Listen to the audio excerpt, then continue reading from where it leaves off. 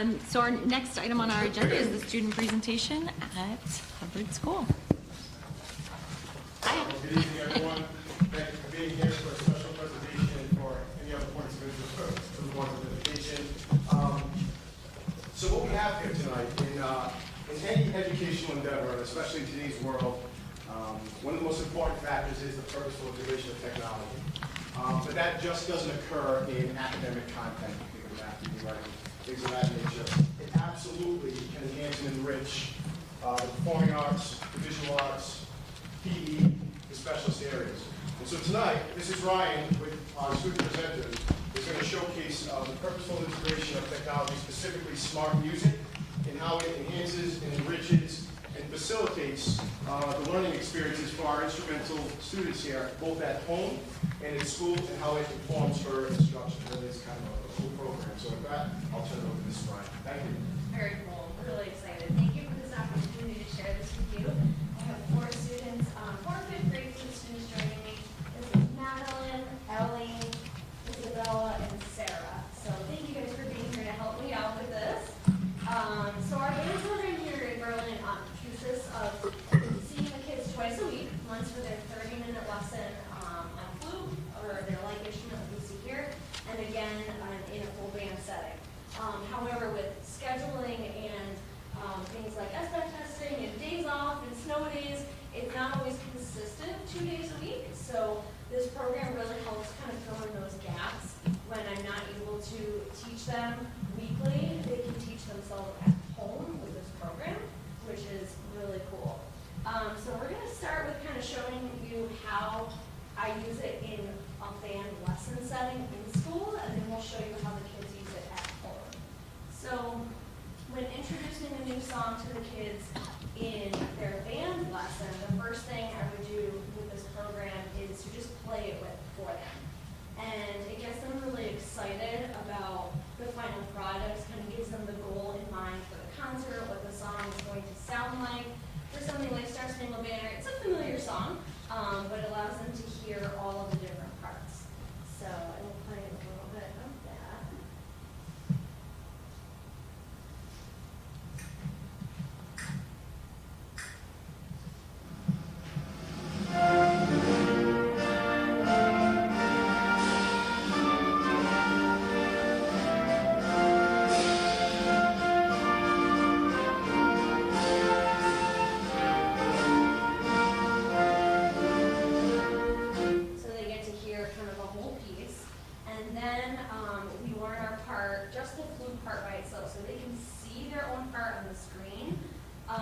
I use it as a really nice visual aid. So on our smart board, I can circle things with the markers. It's an awesome teaching tool. I can click on, if this was a smart board I could show you, I could click on different measures, circle it, have them write things in their music, which is a really visual tool for them. Then we learn our flute part by itself. This is the challenge with elementary students is that they are developing, that independence as learners. So they really need a lot of guidance when they first start. So we will use tools from music class that we've learned, like saying the rhythm, which is the same tools that they've used in regular music class, and applying it to flute. They'll say the rhythm, say the notes. We'll analyze a section first before we use the technology. Because we don't want to be relying heavily on that technology. Sorry, I don't want to take over you guys. We don't want to rely on the technology to teach us. We want to be able to still be held accountable for learning the notes and rhythms themselves. So kind of show you a little bit of what we do. So I'm going to have them play a little section. Before we play it, they're going to read the rhythm like they would in music class. Okay? So from 13 to 20. And say, okay, we're going to read the rhythm from 13 to 20 and move our fingers to the notes. Okay? Ready? 1, 2, 3, rest.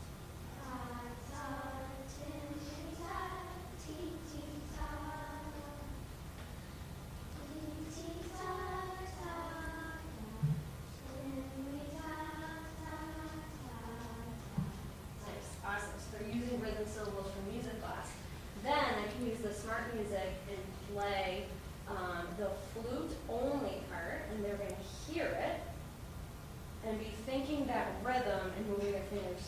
notes while they listen to it.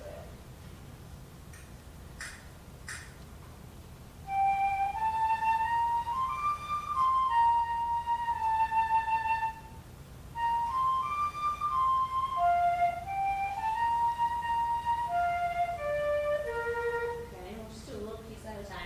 Then they're going to play along with it. So they've just heard it, they've moved their fingers to the notes. Now they're going to try playing along with it. Okay, ready?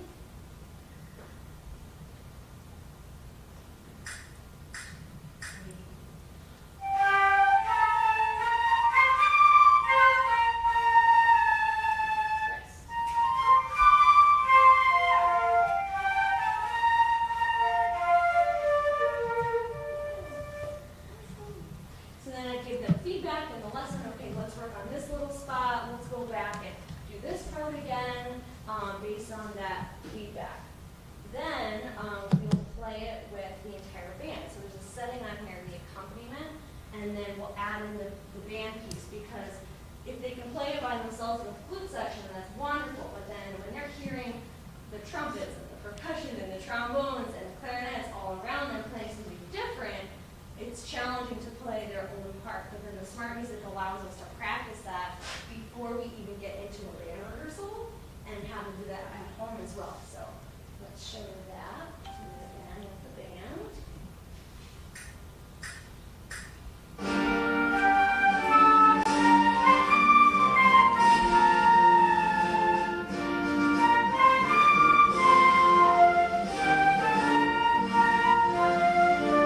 Yay. In that particular spot, it's not the melody. You can kind of hear they're playing something totally different. So that's a huge tool for them to be able to play something totally different that's not the melody, so all the other instruments have the melody.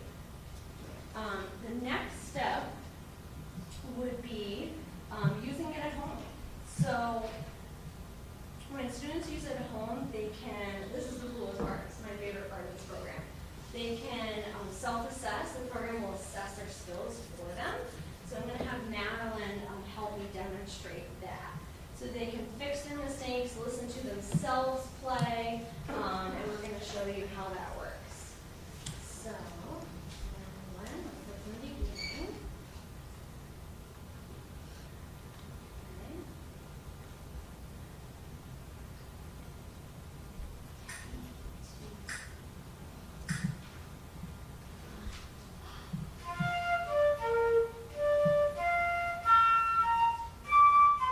Oh, sorry, now I hit the wrong button. I'm supposed to record, not play. Let's try it again. Okay. Wait, two.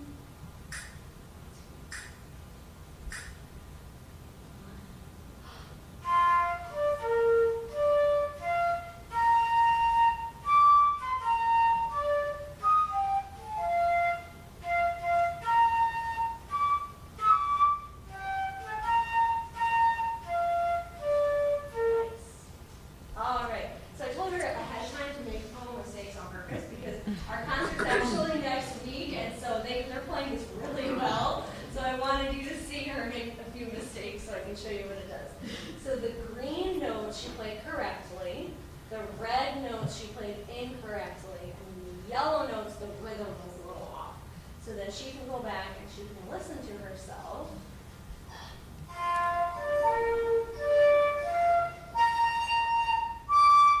And then she can click on notes, and it shows you how to play it. So if she's not sure how to play that note, she played it wrong, she can figure that out by herself.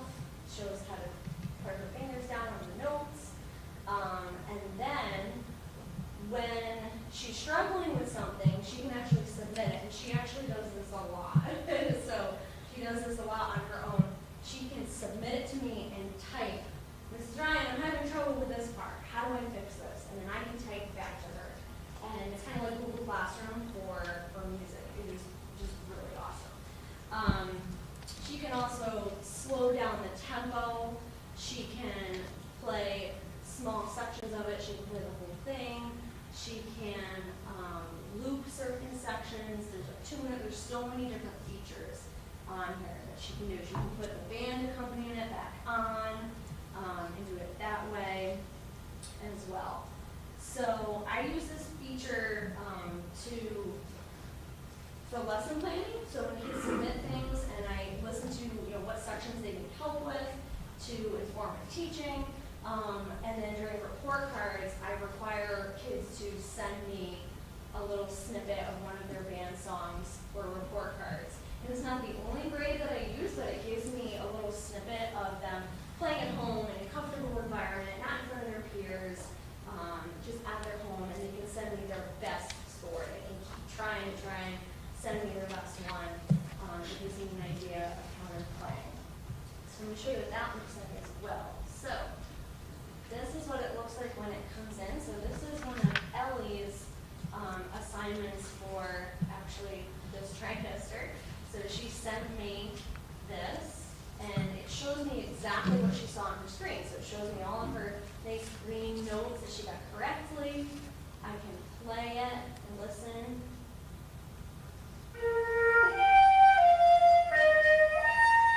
And then I can hear it because it's a computer. It's, if there's any inaccuracies in the computer technology, I can hear, oh, she played that note right, and maybe the computer thought it was wrong. It's generally about 98% accurate, but I can always kind of use my judgment on that. And then the cool part is she can write a little comment to me, like I said before, and then I can comment back. So I know it's kind of tricky to read, but I wrote back, nice tone, Ellie. You played in a connected and smooth style. You played accurate notes, rhythms, and articulations beautifully. And I can keep her grade the same, or I can reassign it. If I reassign it, I can say, I want you to fix this certain part, this measure, these notes, and then resubmit it again. And then she can do that again. So it has really been a huge tool for getting the kids to be more independent at home, to have more fun playing their band music when they can hear the other parts. It's like a band video game to them. And I've noticed a huge difference in preparing for performances. I think we're ready for performances a lot sooner, and then it allows us to work on a lot of these musical elements, like the dynamics, the volume changes, the different styles of music, rather than just the notes all the time. So we've definitely been able to go above and beyond with our concerts, with this program, and we're really lucky to have this. So,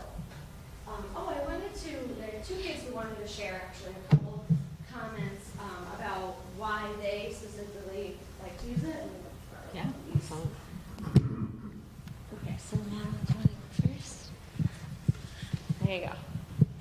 The reason why I like smart music because it's actually really efficient when I have like soccer nights and I'm not able to do my flute for a very long time. So it helps practice like efficiently. Yeah. Yeah. I love smart music because when I don't play with it, I'm really bored, but then if I use it, it's really fun. Yay. Nice. Awesome. Thank you, girls. Does anyone have questions about it? Just, I'll make a comment. Sure. I know that my daughter has used this before too.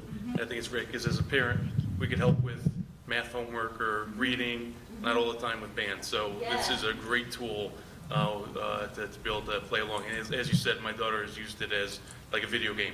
Like can I get everything, all the notes green, and it challenges them. It's a great tool. It's amazing what they have out there. Yeah. So nice job. There's different packages too.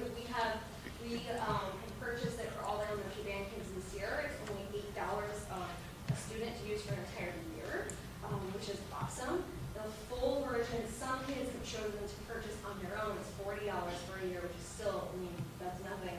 And they can search their own music. Right now, I have to assign them all their music, but they can search like this big catalog and challenge themselves. And it's been amazing. Thank you so much for your time. Thank you.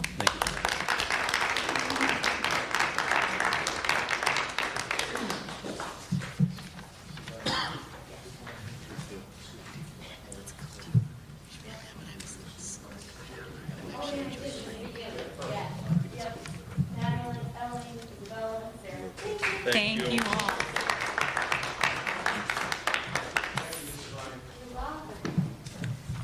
So I think we'll take a quick break, but I want to encourage you all to have some cookies on your way out, because I don't expect you're probably going to stay for the rest of the meeting. But please help yourself, and thank you for presenting to us tonight. Thank you. Oh, quick break? You got this. No, it's all you.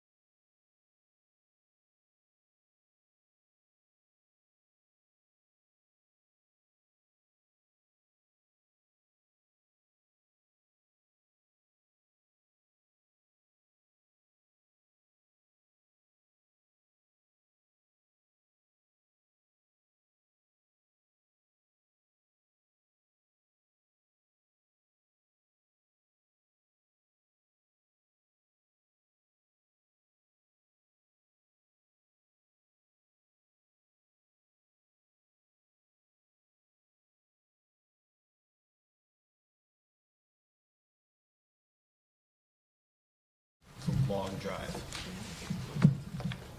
Should just apologize to you.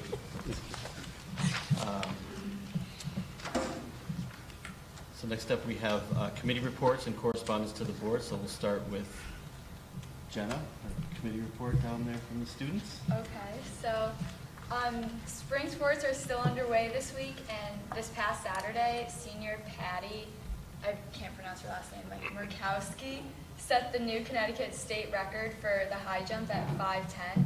Wow. And recently, junior Audrey Feldman was selected as a governor's scholar, with 6 junior students also qualifying for national merit based on the fall PSAT.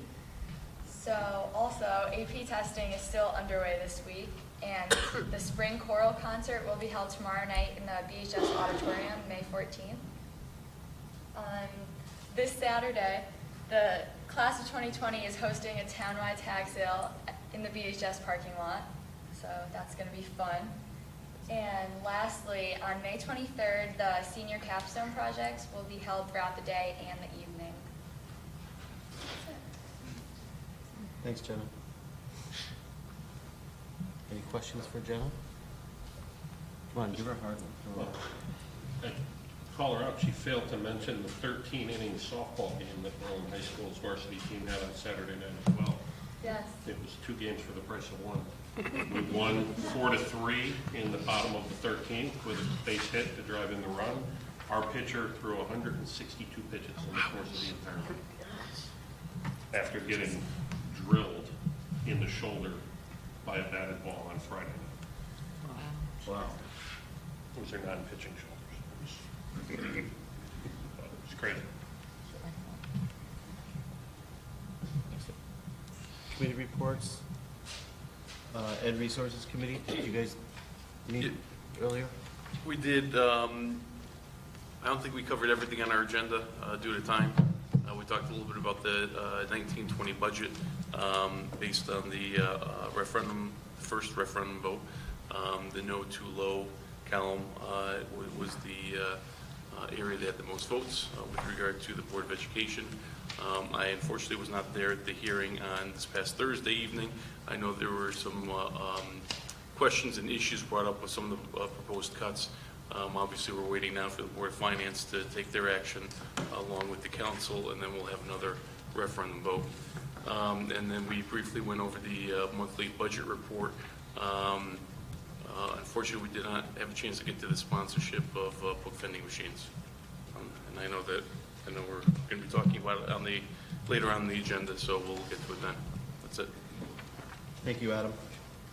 Did student achievement meet earlier? That's really book vending, yes. Yes, Aaron. Student achievement did meet. I don't know what board. Yeah, but someone on that committee wanted to report up. Jamie, you were there longer. I was there for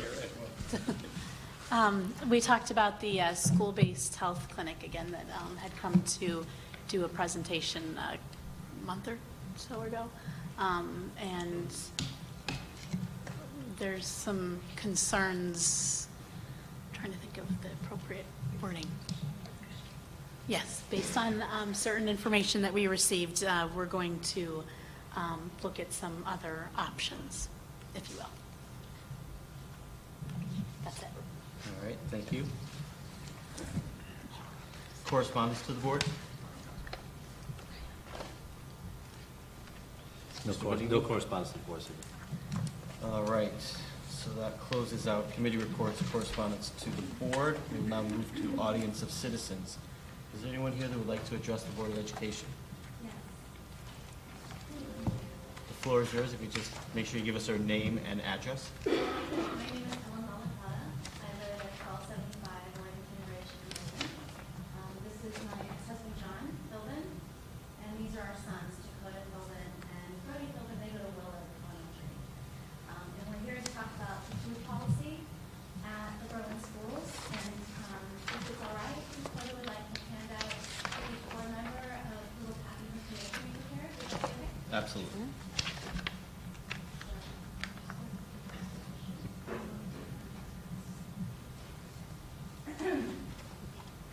So while he's doing that, we'll give a little background.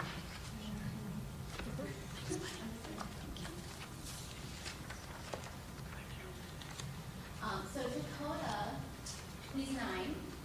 He has had food allergies since he was born.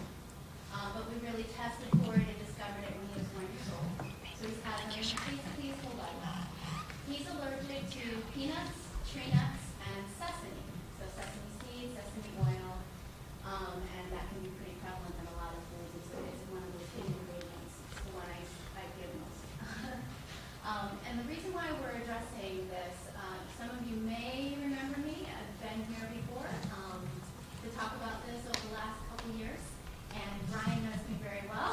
We've had a lot of conversations recently about the food policy. But we're asking for a change. And what I've handed out to you, I'll talk you through the handouts. The pictures we'll get to in a minute. This paperwork is a summary of everything, this front and back page is a summary of everything I'm going to talk about. Because I figured it's a lot of information and you might need some time to digest it. I've also given you a copy of Dakota Psychologist, the letter from Dakota Psychologist, talking about food allergies and the psychological effects of isolation in particularly a child at his age in the school system. And then also, by the way, it's Food Allergy Awareness Week this week. So I thought I'd give you a little flyer to let you know that. So this is very timely for us.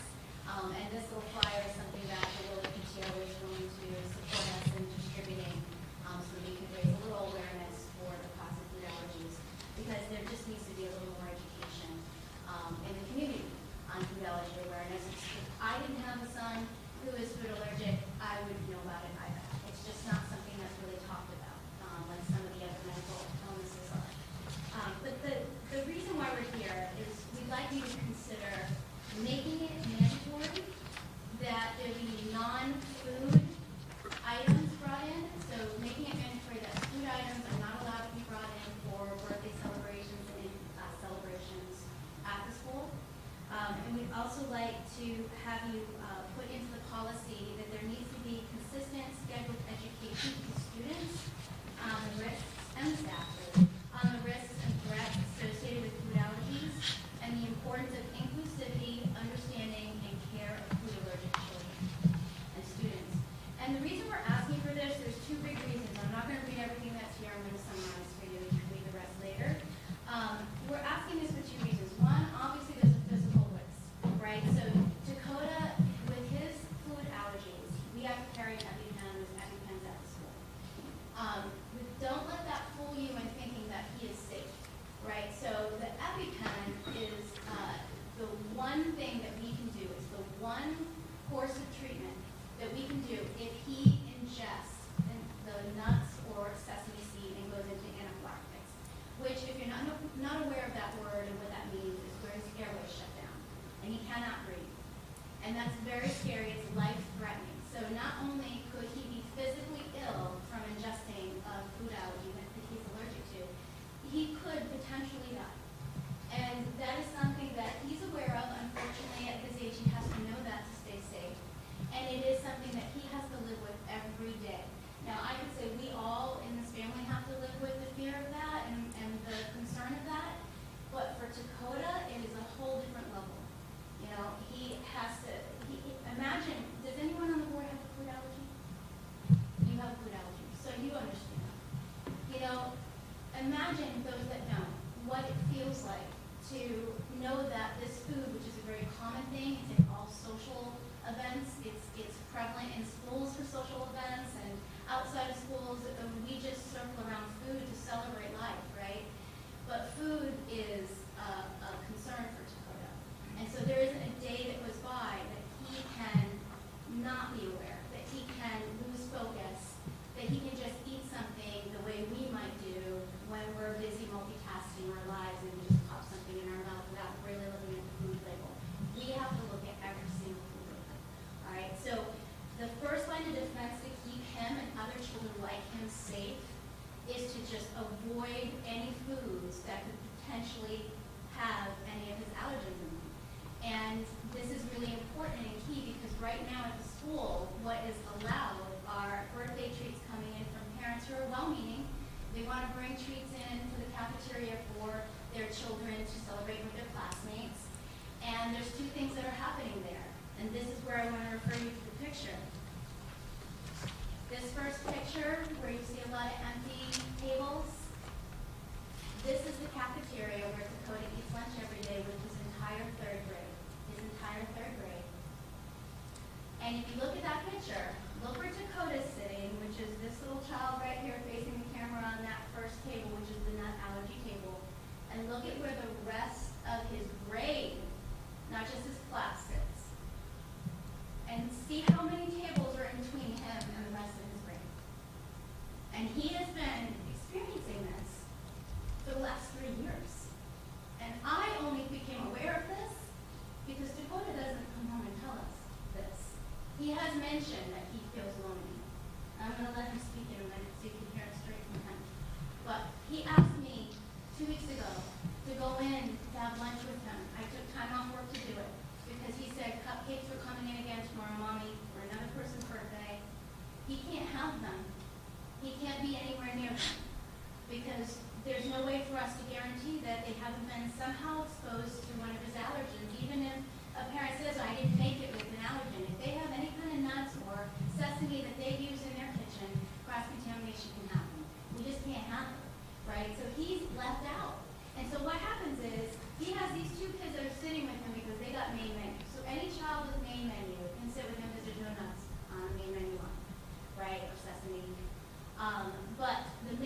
cupcake comes in or a sweet treat comes in for the birthdays, guess where these kids go? They bail to the back, because of course they would. Every kid does that, right? Why wouldn't they at this age? And he's left sitting alone for the whole lunch and watching his entire fleet enjoy themselves. And I didn't really understand the impact of that until I was there that day, and I took this picture. It broke my heart. Tell me how this is okay. And why am I still here 2 years later to talk about this? I'm asking you to consider making a change.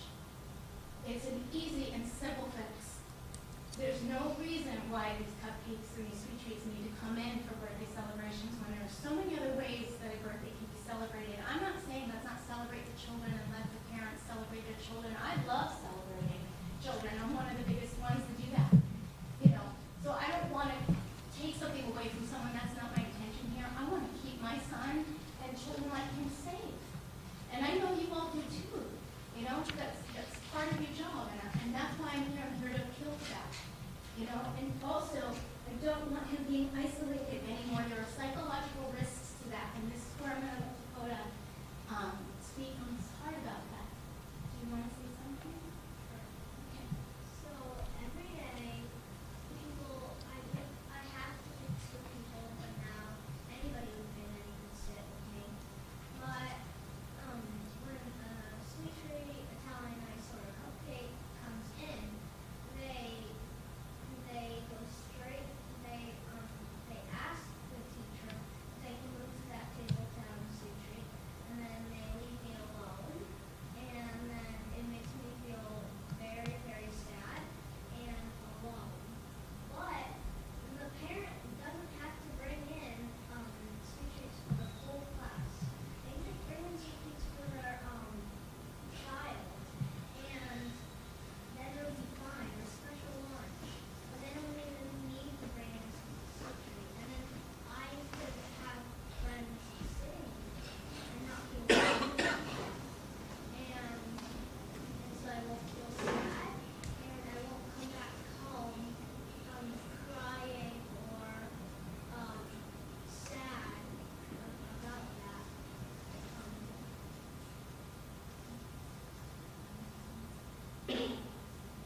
You know, when he was in kindergarten, he came home and he was having this experience, and I didn't know. I didn't know it was like this. I knew he was sitting in that food table. I didn't know it was like this for him.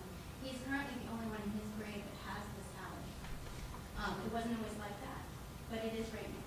And he came home and he cried to me, and he named his teddy bear Allergy because he said to me, "You want to be the only one. And you want to feel so alone." You know, and that's psychological risk. There is the real anxiety that he carries of this trauma happening to him. I'll share one more story. This is related, where, you know, he sat at his nut free table several weeks ago, and one of his friends from his class came up to him and said, "Dakota, I can't sit with you today because I have peanut butter in my lunch." And Dakota said, "Yeah, I know that." And then the child took his hand right in front of Dakota's face like this, and had smeared peanut butter all over his hand. This is in 3rd grade.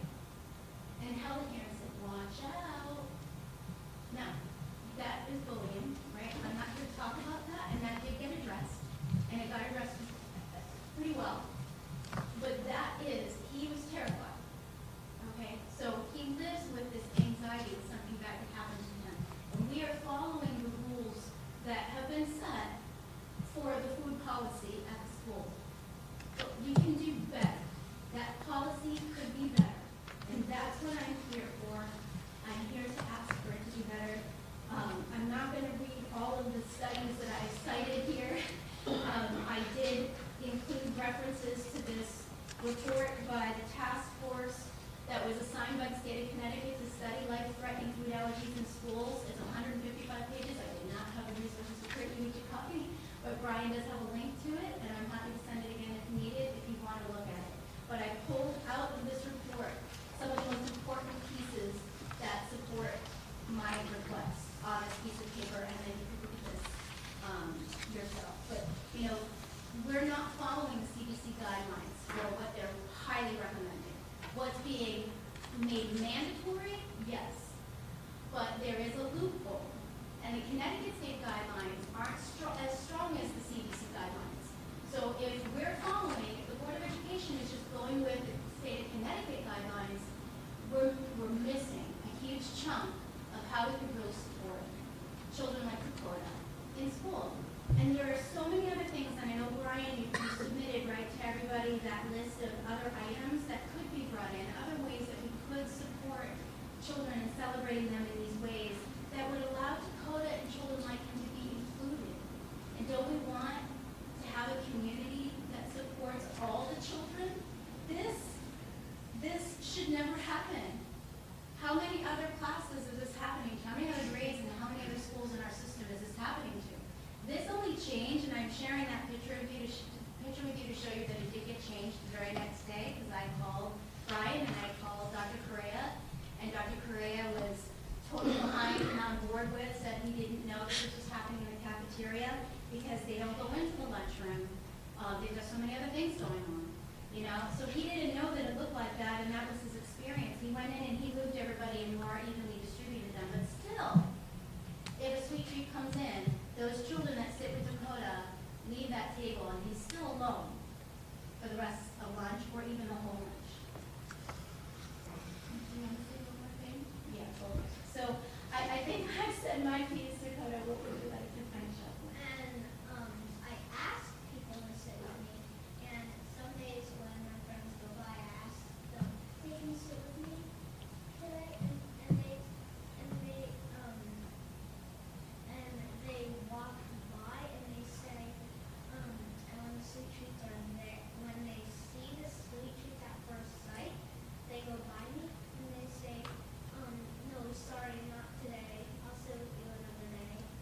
And then all my friends walk by me, and it just makes me sad because I see all of them in line looking at the food, the sweet treat, and then when they go by me and I ask people, they say, no, sorry, not today.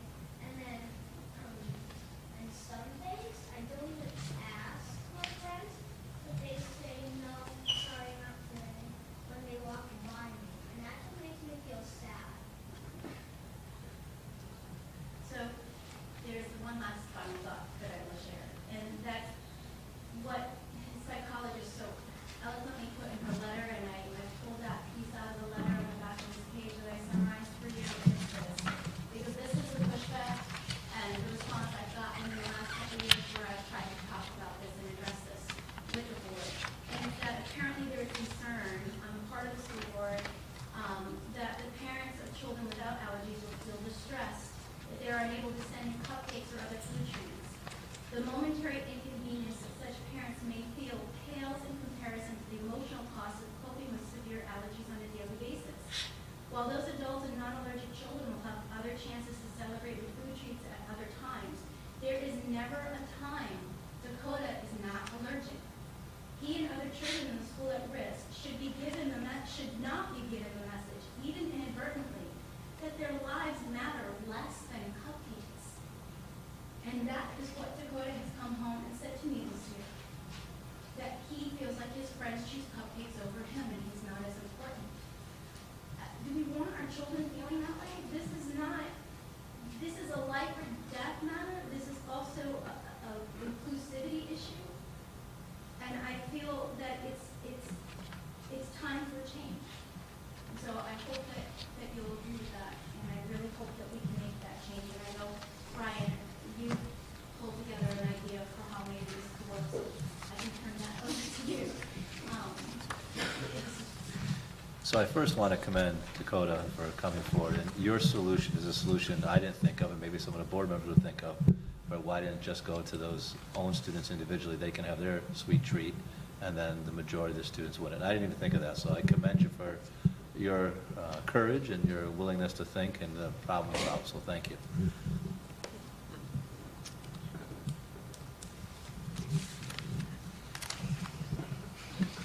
Let me first thank you for coming in front of us again. And my apologies that you've had to come in front of us again. We do have a discussion scheduled for this evening about this very issue. I cannot guarantee you that we will have action tonight on this issue, but I know that the board that sits in front of you today will have very healthy discussion about what's the right thing that we need to do for all of our students. I know I have a very strong opinion on this, and if you're here, then you'll hear it.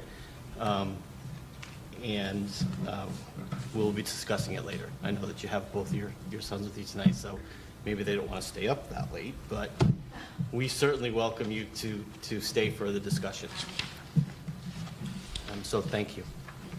So far, we've got so moving bullet.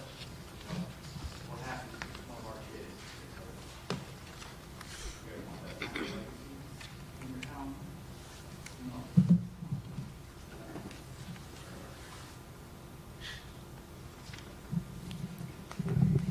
We definitely don't want anyone to get hurt, including your students. So we're obviously, as you said, you know, Ellen, you were here before, you're here again.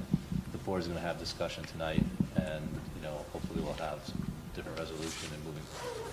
So we definitely don't want students to be hurt, whether it's physical or psychological. We don't want that for any student. Thank you. Is there anybody else who'd like to address the Board of Education this evening? My name is Laura Weston, 4 Ely Street. I'm not sure if this has already been decided or, you know, if it's kind of a done deal. I wasn't made aware of it until after your last Board of Ed meeting. But I just wanted to talk about Mrs. Kluge, the counselor at the elementary schools. I was really upset to hear that her position was considered to be eliminated, because I think it's such an important role. Kids this age, they don't have the tools, they don't know how to cope with their emotions. They need that support. As the teachers and the principals and the assistant principals are doing more and more with less, we can't ask the teachers to be social worker, parent, therapist, a teacher. My own son, she has been a wonderful resource for him for the last couple of years. She has a lot of students who are officially on the roster, I know, from local critical, but she's also very good about having kids who might be unofficially. They know that she's a safe place. If they have a problem, if they have an issue, they can go to her. And she can help them to diffuse that issue, to listen, give them strategies. And I really worry, my kids are in 4th grade, so we only have one more year in elementary school. But I worry about all the other kids as well. What kind of kids are going to be going to middle school with what sort of, you know, any sort of issues, be it behavioral or mental health? It can't be addressed when they're younger at the elementary school level. To me, it's a no-brainer. I was very shocked. But I wanted to, you know, give that my thoughts. We thank you for your comments, and the decisions that have to be made relative to budget and so forth have become more and more difficult as they get deeper and deeper. And you're not the only person who has spoken on behalf of Mrs. Kluge, so we'll, you know, take that into consideration as we move forward. But the Board of Finance needs to take their next steps, and then it goes to the town council, then it goes to referendum, and we're not anywhere near the end. So pass along to anybody that will listen that the next referendum is just as, actually it's more important than the last one. So we have to make sure that we stay out there supporting what we want to have and what we believe in. So, I'm definitely yeah. trying to start that word, and I have talked to a number of different parents who either were, whose kids see Mrs. Kluge, who either were comfortable speaking or were able to be there. But I know, you know, there are a lot of people who really think she's an important issue. I would second that. I mean, Dakota sees her and hasn't seen her for the last year and a half, 2 years. I mean, he's really sad that she's going. We all know she's important. Thank you. Is there anybody else who'd like to address the Board of Education? Yes, Jan. I think what I want to say may somewhat piggyback on all that. You guys know that I am a sponsor for the entire school district. I live in Green Board of Education. When I feel to the Senate, but I don't need to tonight, stop getting subjects. That's true. I'm concerned about paying the health classrooms.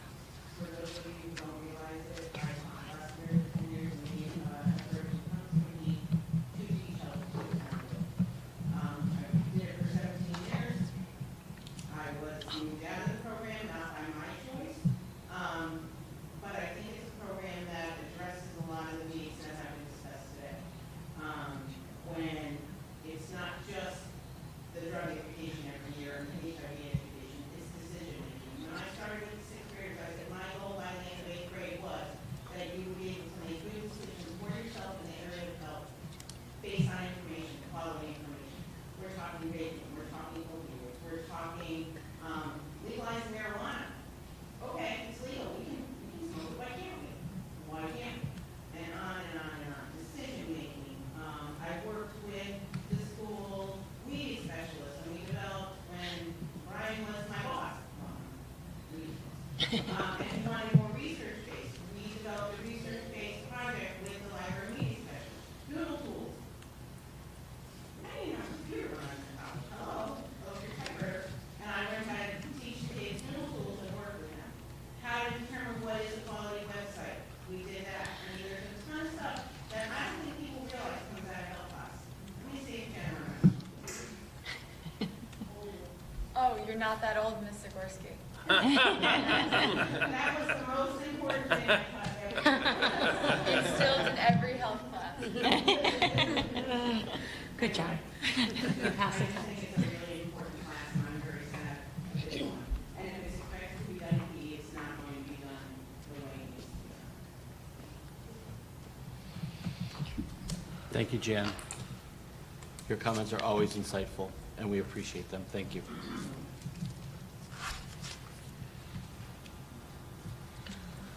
Mr. Richards. It's 239 Wellfront Drive. Member of that ill-fated Board of Finance, Lisa Conrad, to propose budget that goes to the town council for their 5-day review, and then the referendum on the 28th.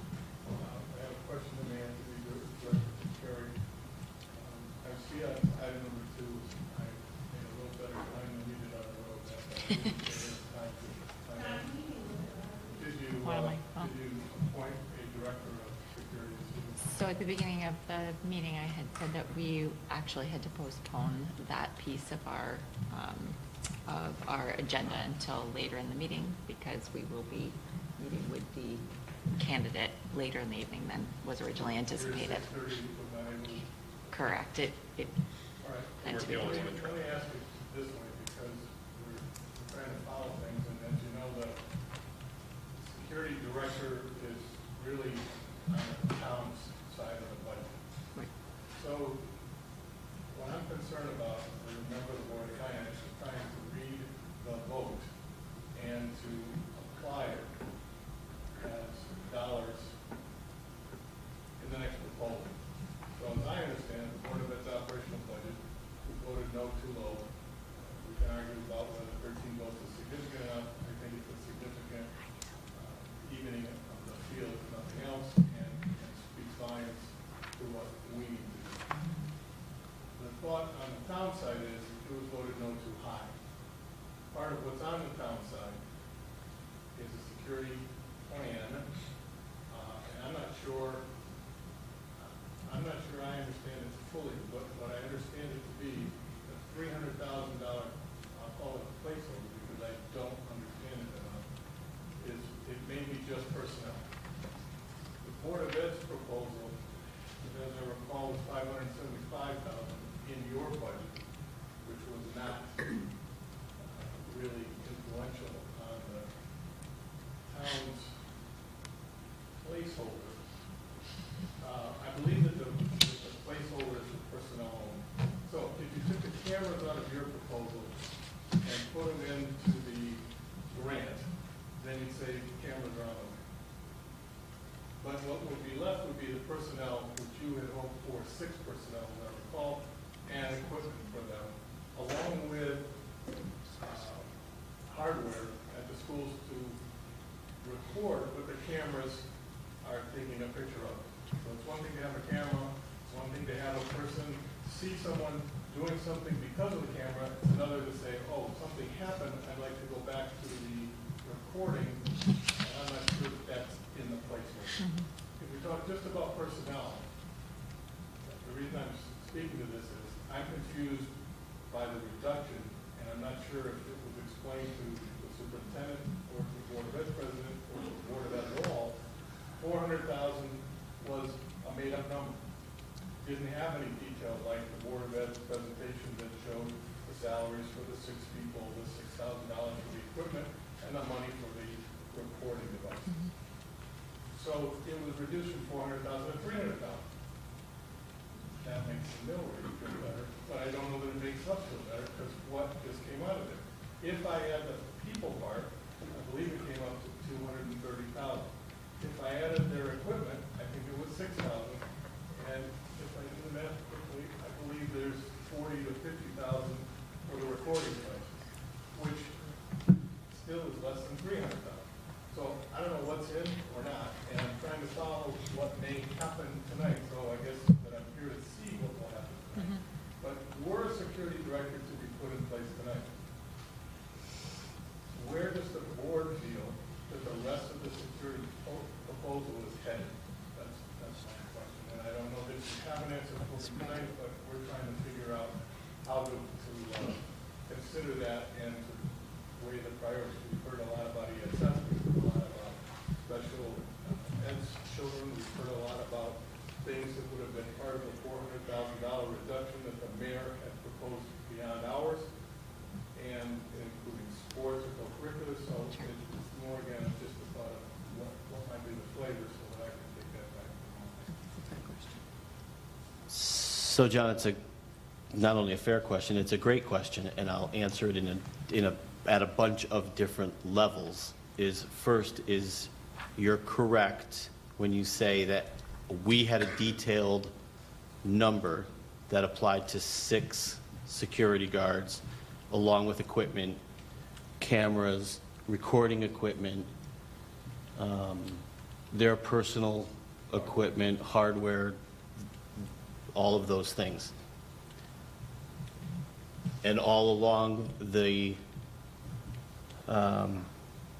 conversations with the mayor were that would be held in a town-controlled account, the account that's called Account 61. But the $575,000 never made it to that account. $400,000 is the number that was over there, but there was no detail behind it. And we never were notified of what was made up of the $400,000, nor were we told why it was reduced to $300,000 as a board. I'm going to turn this to Brian now because I know that he did have some conversations with the town manager, and maybe he can give you some insight there. But yes, should we name a security director, that amount of money for what his salary will be is part of now what is sitting at $300,000. The future of that allocation to us is unknown because, as you already know, everything that we put into building and site and capital never made the town budget. And that was part of that overall ask originally. That's why you never saw the 575. It never was built into the town's budget as it went forward. So, Well, they're going to say that the $400,000 was in there. They're going to talk about correct. the security grant covering 124 cameras at 2,000 feet, so 248,000 was probably in there. But not only did they not consider anything else on their capital list, anything that was in there besides that as capital, which specifically was the elementary phone system. Has been removed. So I'm going to turn it over to Brian. Maybe he can give you a little bit more. As far as the 400,000 to 300,000, I received a phone call from the town manager, Jack Healy, saying that the $400,000 was something that he decided on when he was putting together the budget, as we did not have building and site or capital equipment, and that they were reducing it to 300 based on reductions to the mill, just as you said. And that 300,000 to me, on the town side, meant that was for personnel, not for hardware, not for cameras and so on. That was the conversation Jack had with me. So there should be 300,000 for the director, the security guards, any equipment that they need within that 300,000, not cameras. I know you don't want this to be a debate, and I'm not here to Sure. try to keep it going, but I do want to make sure that we're talking about, that he state how many personnel. Because what I've heard from the mayor and the town council was that there would be one security guard, including the director as one of them, at each of the schools, and I know that you wanted to do it in the high school. Is that discussed? The discussion, the direction I'd like to go, and I went on record as saying, is that I wanted a security person in each building, plus the director, one in each building, which would have meant 6 in totality, including the director. The mayor's position has fluctuated between 3 to 5 to 4. It's changed multiple times. I know that one other council member wondered why it wasn't just 3 at the elementaries, because there's 2 SROs at the middle school and the high school. So quite possibly, what would help us tomorrow would be something that could be given to Mr. Delaney to say either what the 300,000 is due by board of ed, or what does the board of ed look for? Because if the town side is to be reduced, that item would be part of a reduction. And arguably, if it were just for the 5 personnel, doing this from memory, but I think that they were $40,000 for a guard and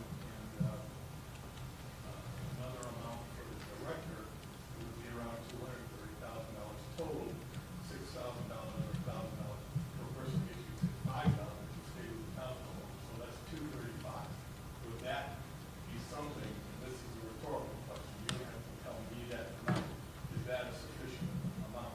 The other part is you have a number for the recording devices, and how important are they to implement? And I've heard some interesting statements that say that glass, film, and bullets aren't really necessarily going to be the perfect way to implement the system, especially when you're talking about a director of security, safety, and residency, not just about a shooter in the building. It's trying to implement a plan that the board of ed has a vision for, and I'm not sure if we're all talking on the same point. Thank you. Can I just offer something? So, and I don't know that this actually provides an answer to the question, but, you know, what you've just shared or asked has me thinking that whereas our plan sort of summed up and compartmentalized different aspects of a security, of an approach to security, including personnel and or hardware and or recording devices, et cetera, to just have a certain amount of money slashed from that necessitates that we kind of go back and reconceptualize a plan that makes sense, because you can't just sort of cherry pick things out of a plan and expect that it's going to be, you're going to be able to execute the plan, the original plan, in the same way. So I think it's, I would imagine that we would perhaps have a discussion with the director of school security, were we to appoint one, who would then help us to devise a reasonable plan given whatever funds we are given. I don't think we could just sort of say, well, we're going to take this X, Y, and Z out of a plan and it's going to be exactly what we had envisioned or conceptualized originally. So I think that's a really hard question to answer without knowing what we have, or we have to work with, right? Right. So I know that's sort of a circuitous argument that we're, not argument, but, you know, discussion that we're getting into, John, but I really feel like we can't just start from a place where there is no answer. I think until the budget's set, our hands are tied. And I think we can talk about it as much as we want, but It's just like rolling the dice at this point. We don't know what we're gonna do. We know that we're in a really difficult position because we feel like we're pressed up against the wall. We want to provide all the opportunities for the students and the staff, but our hands are tied here. We have to make really tough choices, but we do need to move forward at the same time. So I think the discussion just needs to wait until after the second referendum. Didn't answer your question, but I hope it helps a little bit of clarity. Okay. Anyone else like to address the Board of Education this evening? Alicia, you're the only one left. All right. So seeing none, we will close audience of citizens, and we will move to the consent agenda. Is there anyone who would like to add or remove anything from the consent agenda at this point? Okay. Seeing none, I will entertain a motion regarding the consent agenda. Move to approve the consent agenda as presented. Motion by Julia, second by Carrie. All in favor? Aye. Opposed? Motion carries 8-0. And we are off to new business. Facilities-related updates. Mr. Cugno. Mr. President, I have just one thing to report on today, but it is important. You might recall that at least once in the last couple of months, we've reported on a new classroom at McGee Middle School for the BLAST project. I want to read a couple comments here I have about the project. It's important that I update you on where we are. Unfortunately, Linda Holian, our Director of of Pupil Services, was not able to be here. She's not feeling good, but I do want to read some notes here. The planned development of the BLAST classroom at McGee School includes the renovation, fit-up, and reuse of an existing classroom. The BLAST program provides necessary and specialized services to students with conditions such as autism, Down syndrome, and multiple disabilities. Some of these students are nonverbal. Most need one-to-one or two-to-one coverage by instructors and or paraprofessionals. At present, there are 22 students in the program, which is housed at Willard Elementary School. Next year, there will be 7 students in the program at McGee. Obviously, people grow up, and it's time for McGee to have the kind of program to take care of our students. The existing classroom that has been chosen is approximately 1,500 square feet. The project also includes renovation of an existing bathroom down the adjacent hall. Initially, the preliminary project cost was reported to be in the range of $40,000 or $50,000. However, once further inspection of the space was completed and programming was determined by the staff, and that's a special ed staff, it became apparent that appropriate renovation would be more costly. The current conceptual cost estimate provided by Jakunski Humes Architects LLC totals $192,000, which includes construction costs, appliances, A&E fees, and a 5% contingency. Again, what we think is going to happen is that's a cost estimate that has to do with putting it all out to bid, having it all be done by private contractors.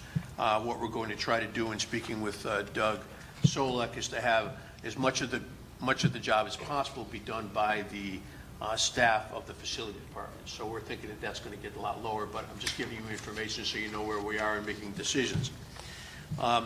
With the management with the management and some work of the town facilities department, we hope to complete the schedule for the project by the beginning of 2019-2020 school year. However, depending upon the schedule for fabrication of millwork and the availability of qualified construction firms this summer, the schedule for completion could extend into early fall. Final design, construction documents should be completed in this May, with bids expected in early June. So we're going to be working the schedule as best we can, hoping to get the responses we can, and hoping to get the job done by the opening of school.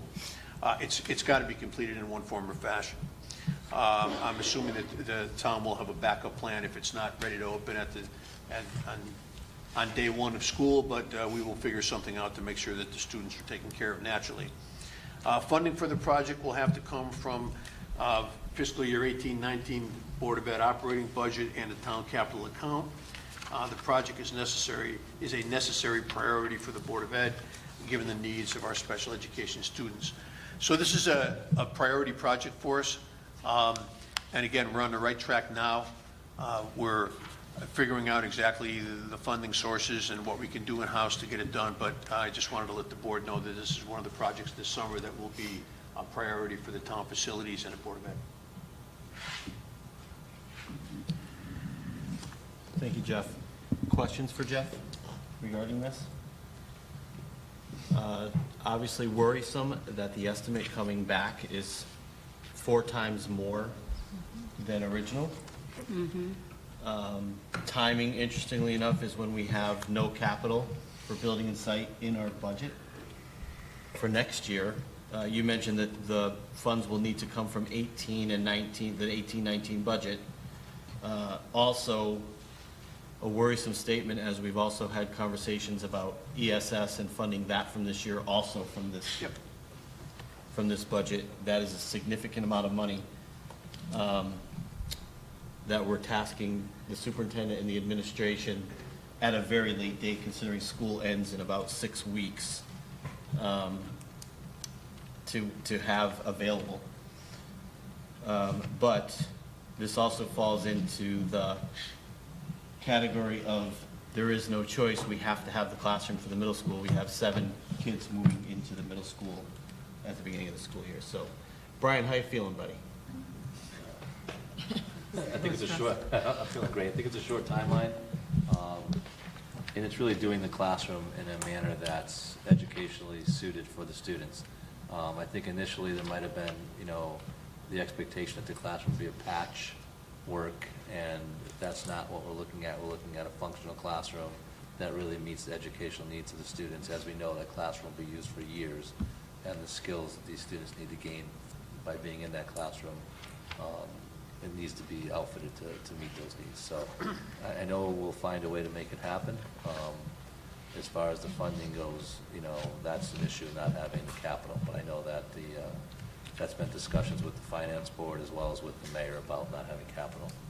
So, Brian, let me just make sure that because you and I have had a bunch of conversations, I'll make sure the board hears this as well, is there are a number of school projects that had small residual funds left over, and those are being pulled together to help address this, is that right? Yes, I had a meeting a few weeks ago with the town manager and Doug Solek, the facilities manager, and looking at projects that we've had over the last few years where there still has been a balance in those accounts.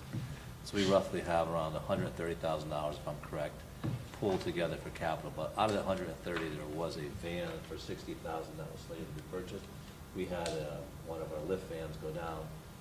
That's a $60,000 purchase. It's not I believe it's not a minivan, it's a full-size van. So that leaves us with $70,000 for the entire district for the entire 19-20 school year to maintain. So gym floors, painting, things that we normally would do in the summer, that funding is not there. It has been zeroed out, as well as within that was the equipment purchase, which would be the Chromebook purchase. McGee currently keeps the Chromebooks in-house, so we are having better retention of, the Chromebooks as far as damage, and we had to purchase a lot last year. But the high school, the replacement cycle is that the expectation is that the Chromebooks will last 4 years. So in 9th grade, roughly 200 plus students, that's when new Chromebooks have to be purchased, and the ones that we currently have, according to our IT department, will not function midway through next year, just based on age. So that funding was also in the capital equipment, which was not funded. So it's nice to have the end of the year funds and to know where you'd like to spend them, but concern is that as ESS mounts, the classroom that they need, the Chromebooks which are in need, we're not expecting the end of the year funds to be able to meet all those challenges.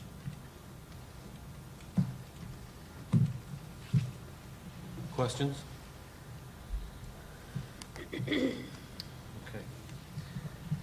Let's move to the discussion relative to the school-based health center. I can quickly summarize that. I know that Aaron met with the subcommittee, but Linda, who's not here tonight, and I went and visited Clinton. There's several visits, Clinton Public Schools.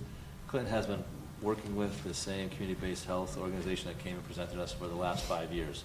We met with the assistant superintendent and the director of PPS.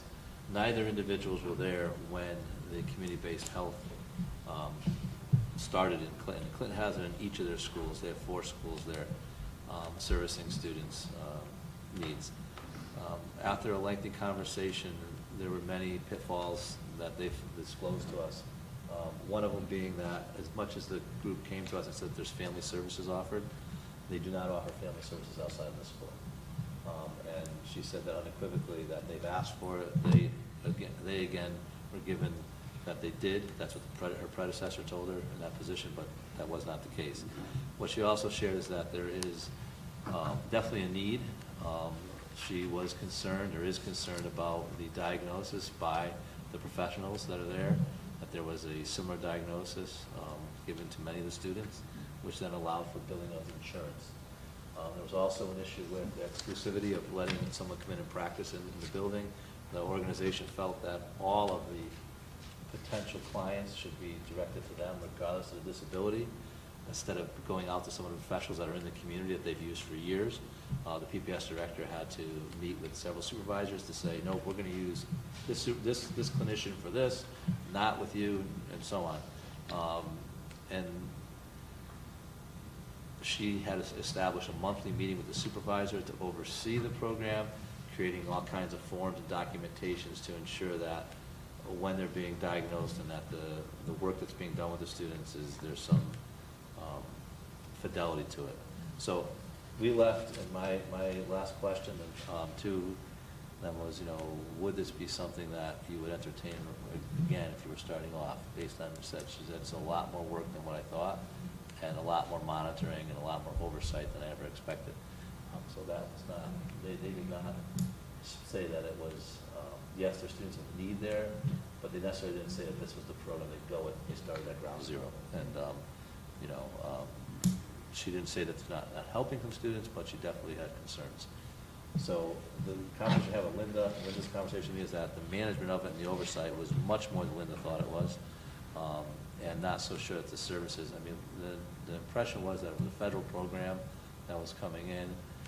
I know it's maybe a federal program, but the idea that the revenues are generated by the parents having access to the counselors and that there's a diagnosis given, it's almost that self-perpetuating client base that comes in.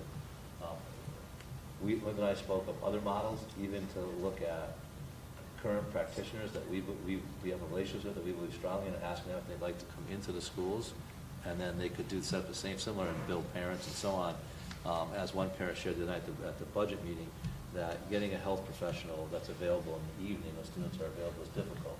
So if they're willing to do day hours and set something up, that might be a better route where we're not looking at an outside organization. We're hand selecting who those clinicians are to work with our students and having some vetting. So, if you have any questions, I'll gladly share. But we had about an hour meeting with them. They were very helpful, extremely helpful. So what you had just said, I know in Massachusetts, where my niece live, they do that in the school. They've had a lot of budget issues, and they've brought in therapists from the community, and they work it out with the parents. And I know my niece, she, no major issues, but she just benefits from talking with someone once a week, and she sees the lady, and the lady communicates with my sister and also advocates for her in the school, and she has an office in the school or some space, pulls her out, and my sister loves it. I thought it was very odd when I first heard about it, but it is something that is happening in Massachusetts. Right, but you think about it, the times, as the therapist said tonight, the times are very difficult out there. It's hard to find mental health. And then to have them in the schools where the parents don't have to leave work and transfer everything, it's a convenient piece. But you want to make sure that whoever they're working with, the practitioners, are high quality. Right. That they're, it's not just giving a student a label. And I hate to say that because, to keep a billing cycle going and profitability. So Linda and I, we're going to look at that and see what clinicians, if there was any interest, and see if we can move forward from there. Or if there's a different group that does a similar practice, not this group. Not this group that we heard from the other night. And I want to thank those board members that mentioned things to me and shared insight on this. So thank you.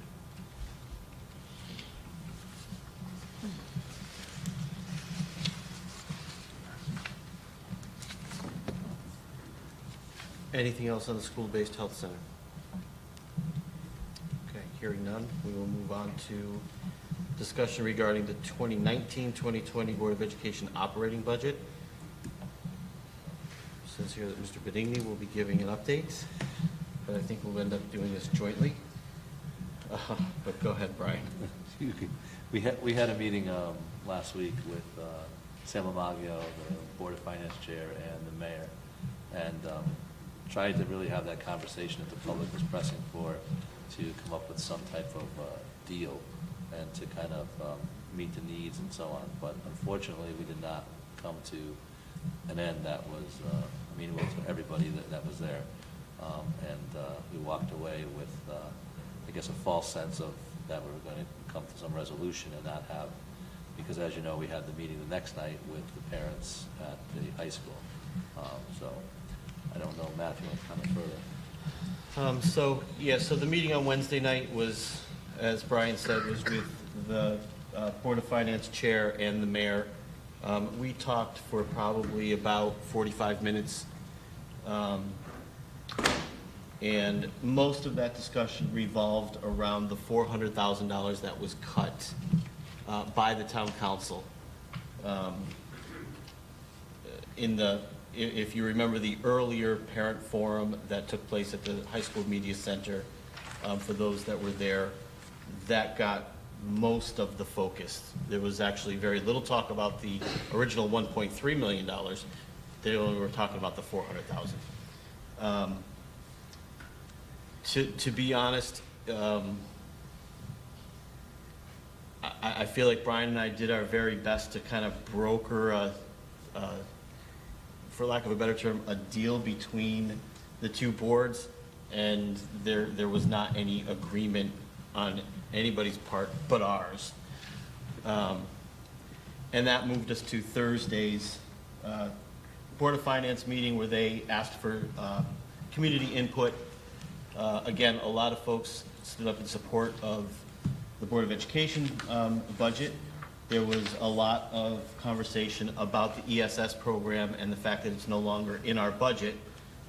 Mr. Richards actually asked me to speak at the end of that to clarify that ESS has never been in our operating budget. Each of the last 3 years, we've funded that out of end-of-the-year funds, and that is our intent again this year, but I also made it clear that this may be the last year that we have the ability to do that, as we continue to shrink down where we have end-of-the-year funds. I mean, frankly, with the cuts that we have this year, there shouldn't be any.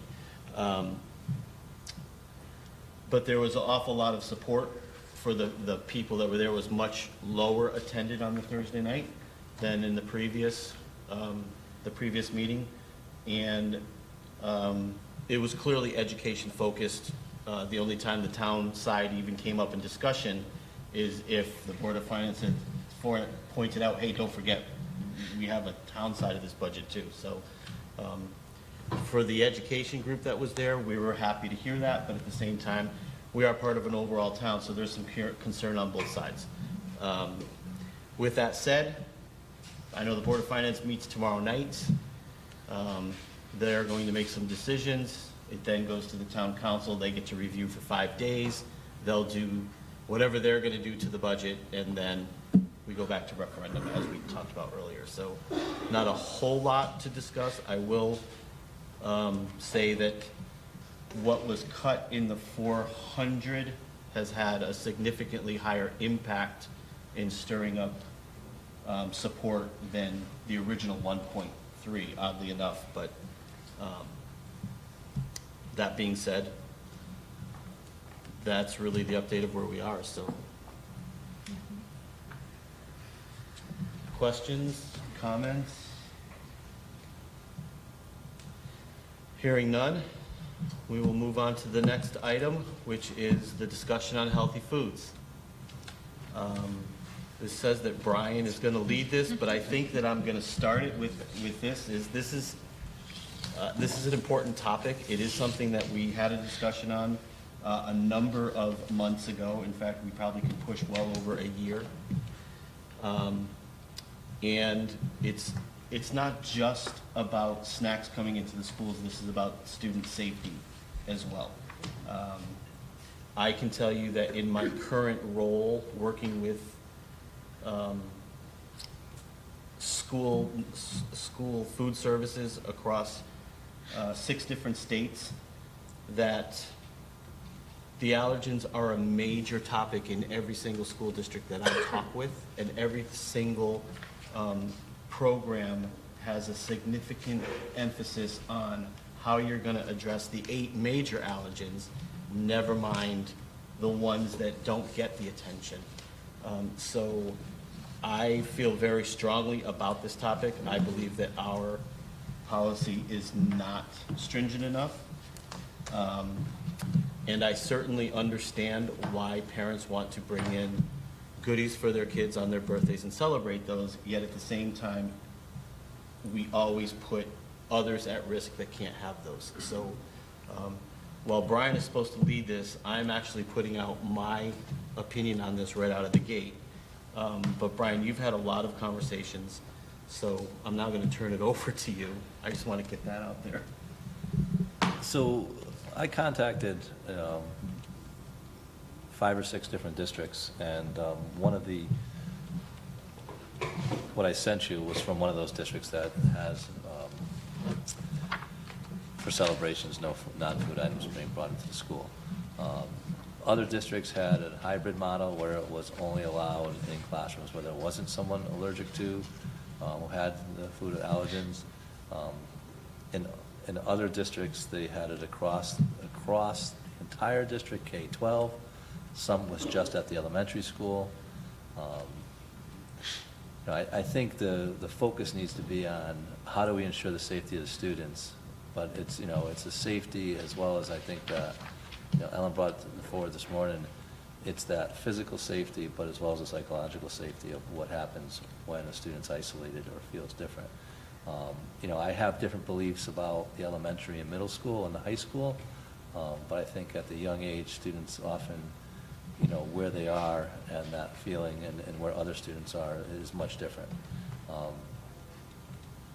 So I don't think there's any district or that it's pervasive across the state that everyone does it a certain way.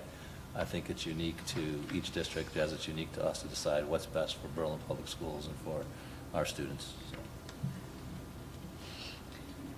So this is discussion, which means it's open discussion. As you know, I always advocate for speak up, speak your mind, let's have the conversation. That's only through those discussions are we going to get to a resolution. You've already heard, I think, where my position is on this, so I open it up to the rest of you. I'll jump in. Oh, do you want to go? No, go ahead. I know in the 2 school districts I've worked in, both have had very different policies. In the previous district I was in, we didn't have a strict policy at all, and I've been on the ambulance 4 times with kids who went to anaphylactic shock because either they ate something that they weren't supposed to because they're 6 years old and don't care, or they didn't know they had allergies, or they didn't know something was in there. And that's not only terrifying for the student, it's, I think, more so for the parents because they don't know what condition they're going to see their child in. So that's been my experience. But in the district I'm in now, the year I went to that district was the year they put in their no food policy whatsoever. And I think it might have been tough for some classes, but everyone just complied because they had to. The way it was rolled out, there was just no ifs, ands, or buts. And I'm going to tell you, as a teacher, there's never any questions about me having to spend money on my classes for food. No one's bringing in food for birthdays. I know it doesn't really happen at the high school level the way it did at the elementary. But I support it, especially having a food allergy. I know that there's things that I have to stay away from, or I will be in the emergency room. And I know that, as a teacher, kids struggle with impulse control, especially if there is something around. They're going to go for it, and that's just been my experience. So I fully support changing the policy, whatever way we see fit. I'll go. I've got a daughter in elementary school, and I want to say a year, maybe 2 ago, we got a note from her teacher, like on the first day, saying there was somebody in the class that had a peanut allergy, and there wouldn't be any food going into that classroom. Okay, that's fine.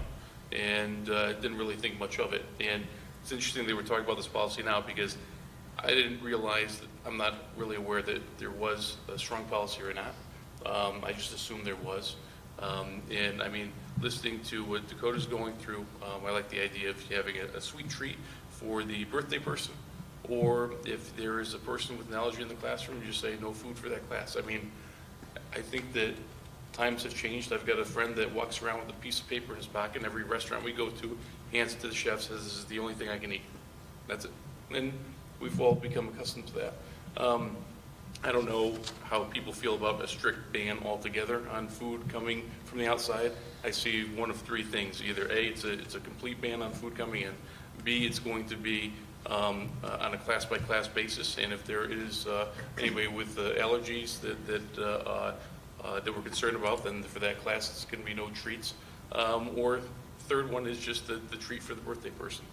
I can't say that I've got a strong feeling one way or the other, but I agree with Brian. I think I would be concentrating this more at the elementary level. I don't think that it really happens at the middle school or high school. I could be wrong, but I don't have an issue putting something, having a stricter policy in place. I did like some of the ideas for the high school kids, though. The car wash, the spelling bees, science fairs. I don't know if that's supposed to encourage them to have a birthday or not, but some of the things are already going on for the food free. Having your child's name announced on the PA system. I think all elementary schools are doing that now. I could be wrong, but I believe that is the case. And I know my daughters always talked about how embarrassed they were, but they loved every second of it. Wearing a button. I mean, there are some creative ways of doing it. Just depends on how restrictive we want to become. Do you want to say something? You can go first. Okay. So first I want to say, Dakota, I think you were really brave to come here and talk about your experience, because it's hard to talk about feeling left out, but all of us feel it at different points in our lives, and kids feel it for different reasons, and adults feel it for different reasons. But I think that for me raises a bigger issue of inclusion for everyone. So there are ways I think that we could be doing a better, sort of irrespective of the food issue, I think we could be doing a better job of teaching all kids and adults in our school system of how to be more cognizant of including everyone, whether it's around food issues or other things. So, I mean, that picture that is very upsetting to me. And the story about someone getting close to you with peanut butter that could actually really hurt you, that bothers me more than anything, because that, to me, is really about increasing people's understanding and sensitivity to one another. And we should all be. It's not just about physical well-being, it's also about psychological well-being. I also have to be a psychologist, so that's kind of my wheelhouse. So I think that's one issue, and food is a food policy is a very, relatively easy thing to address as compared with increasing people's sensitivity and understanding more globally, right? But I just want to say thank you for sharing that, and Dakota, thank you for being so brave, because not everyone can be that brave, adults included, to come and speak about your experiences. I guess that's really all. I mean, I'm open to hearing what other people have to say about changing the actual policy, but I think that it draws our attention to making changes that really point toward more in the way of inclusivity and understanding overall, and not just about food, but about lots of differences that we all have. So. I'm actually kind of surprised we haven't made a change. I've been part of discussions for years, whether it's been on the PTO, a PAC meeting. I think we should. I think that people have a hard time with change. But if we look from 3 years from now, let's say we implemented no outside food. 3 years from now, it'll be a habit and no one will even think about it. Mm-hmm. Next year might be difficult. We might have parents complain. But the thing is we're not allowed to have, like if we have a pasta dinner, We have, if we bring in food, like, to our school, I know this because I ran many pasta dinners, we've got health regulations.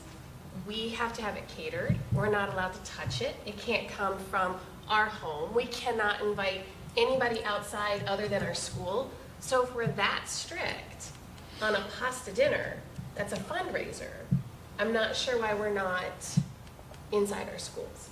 Now, I have an elementary student, and I have, but my son is one of my youngest. None of my kids, thank God, they don't have food allergies. And so as a parent with non-food allergy child, I have never sent in the cupcakes out of respect for all the other students. Whether I had a class that had an allergy or not, I just never did that. So I don't have a problem with it, and I am 100%, and always have been, for changing that rule. Like I said, a few years from now, this wouldn't even be a topic. We wouldn't even think about it. And if we have to be that strict on a pasta dinner, I don't know why we can't be that strict during school hours. So you just made me think of something else too. So there are, there's also the idea that some families can send in treats for their kids and other families can't. So there's also the possibility of kids feeling left out because on their day, someone is not able to send something in for them. So it might sort of even a playing field. It might have sort of the secondary benefit in a way of evening a playing field out a little bit. I agree. I think especially at the elementary school level, the inclusion thing is just heartbreaking to me. But it's the education component around it, because we have to have these children, staff, know the reason behind it. So I'm all for it, but we need to go further and make sure that there is some sort of discussion as to what it is, how it affects them, so that when we're going outside of school at birthday parties or friends' houses, that we don't have an incident like that, where they're just fooling around and think it's funny, and it's really something that's very dangerous. I think we definitely need to make sure that it's more strict. We need to put that component in as well.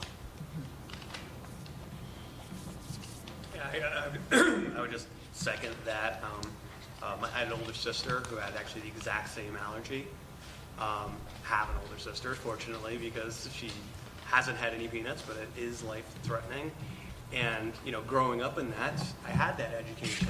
I was very young. I know, don't use the same knife in the peanut butter and the jelly, because it's a very serious issue, and a lot of people don't understand those. And I think just, I think it was put very well. Cupcakes versus someone, a person. I think when you put it in those terms, it makes it very easy to decide.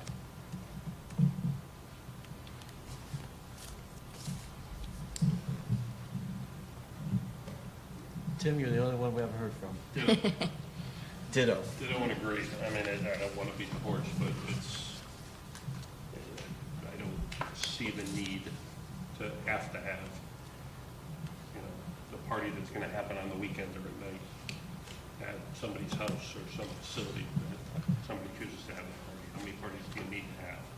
I remember back when my kids were younger, there were a couple of kids sometimes that would have 5 parties around their birthday because of school and this side of the family and that side of the family, and then the long distance family that would be 60 miles away that couldn't come to that one and things like that. So there's generally plenty of opportunities for lots of cupcakes and many different types of events.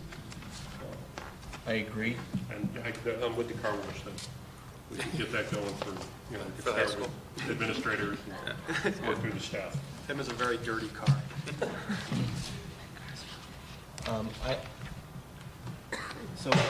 I'm not hearing any resistance to changing our policy, making it more stringent. I guess the question becomes, Until the citizen publishes it. yeah, how far we want to go. I have already said I'm an advocate of district-wide,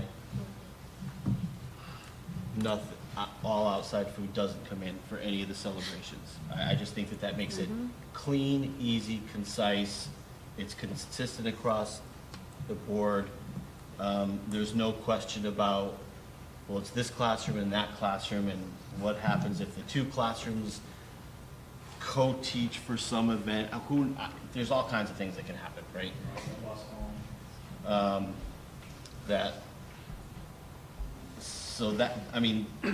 That's where I would come from. What I would like, and what I think that we should do is let's get some more of the policies from some of our other districts that have not only the no food at all policy. So we know a couple of them are already, but let's get some more. As we work with our legal team, they represent most of the districts here in the state. But also, I would like to see what the language looks like for just the classroom. But my preference and my experience over the last year has been that allergens are a really big deal. If you think back, well, I'm older than most of the people on the board here, but if I think back to when I was a kid, a peanut allergy was unheard of. Nobody had it, or nobody knew they had it. But now it's very prevalent. And as I said, working with food service now, there's 8 of them, and I can't name all 8. I'll bet you can, but I can't.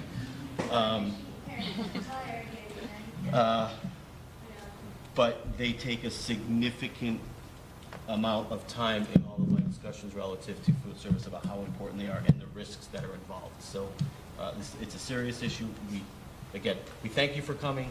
We're sorry you had to come twice. But I think that that's where we go, and we adjust our policy. And honestly, from a goal perspective, we should get that in place for the beginning of next school year. So, I'll just add as an extension of this, because it's a related conversation, but I know we also had a conversation about food in schools, like being sold in schools, so we just had muffins with mom at Hubbard last week. Presumably there are things that were brought in for that purpose that would not, this would have sort of a domino effect. Right, exactly. Absolutely. So it's just sort of an extension of that thought that we would have to explore. Probably it would not just be one singular policy related to food coming in, but. Mayonnaise with mom, perhaps? No, probably you can't have mayonnaise. We'll find the right. Anyway. Yeah, right. Well, actually, I don't even know why I had to do it with How about a bottle of mom. water with mom? There's a special person. Any more on this? I guess, just to clarify, your request of more policies from districts. I wonder if it's maybe not more prudent to. It's about language. Well, but to have Brian and his team come back with what they feel comfortable with implementing. Yeah, that's fine. Give us a policy or maybe 2 policies where this is a super aggressive policy, this one's a little bit less aggressive, but we like it. We think people will be happy with it. Here are the pros and cons of each. I think that's maybe a better approach. Yeah, because you have to enforce it. We just get to vote on it. I'll come back, if it's okay with the board. I'll prepare 2 sample policies that you can then look at for next meeting, and you can edit them as such, unless you want to do it in the subcommittee first, and then look at them as a full board. Really quick, one thing I like that my district does, if like a club or something is having a celebration at the high school level, or any type of food is being brought in, it has to be cleared with the school nurse a month before. And then any student who does have an allergy, an alternative has to be provided. So we want all this money to do like a party with our students from the stock market game. I think I got like a $200 Visa gift card to do like a pizza party or something. So I submitted the list to the nurse a month before.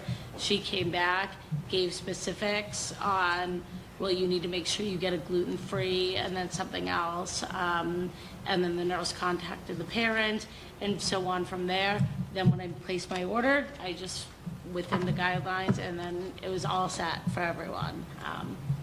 So I do like that. in my district does do that, so. The only concern with that is we've done something similar where right now the teacher will let me know usually how when a tree's coming in so I can give him something that's comparable. But, I mean, Dakota, you see that picture. It's not for him about not being able to meet these schools. Right. For him, it's feeling like he can't have what everybody else is having, and he has to sit separate from them. And so he loses out on that social aspect of hanging out with his friends. And so that is the biggest concern for that scenario for our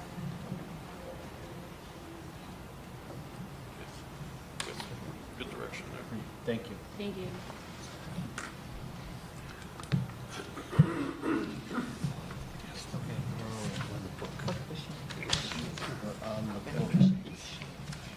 All right. Next up, discussion on sponsorship of book machines. Who's leading this one? I'll just start, and then I'll let Dr. McGurk take it from there. The book machines that we have in each of the 3 elementary schools were something that Aaron came across. But what we're asking you today is to look at the sponsorship portion of it, which is something that, in thinking of how to fund the books that are in the machines, this is a thought on how we would fund the machines without costing the Board of Education anything out of our operational budget. And with that, I'm going to turn it over to Aaron to explain. Just checking to see if the mic was on. So in the packet of materials for tonight's meeting, you have a printout that is opportunities for sponsorship of the book vending machines. We wrote this in the interest of seeking community partnerships to help us fund the replacement of books that are in the book vending machines so that this can continue from year to year and not be dependent on just the local education budget.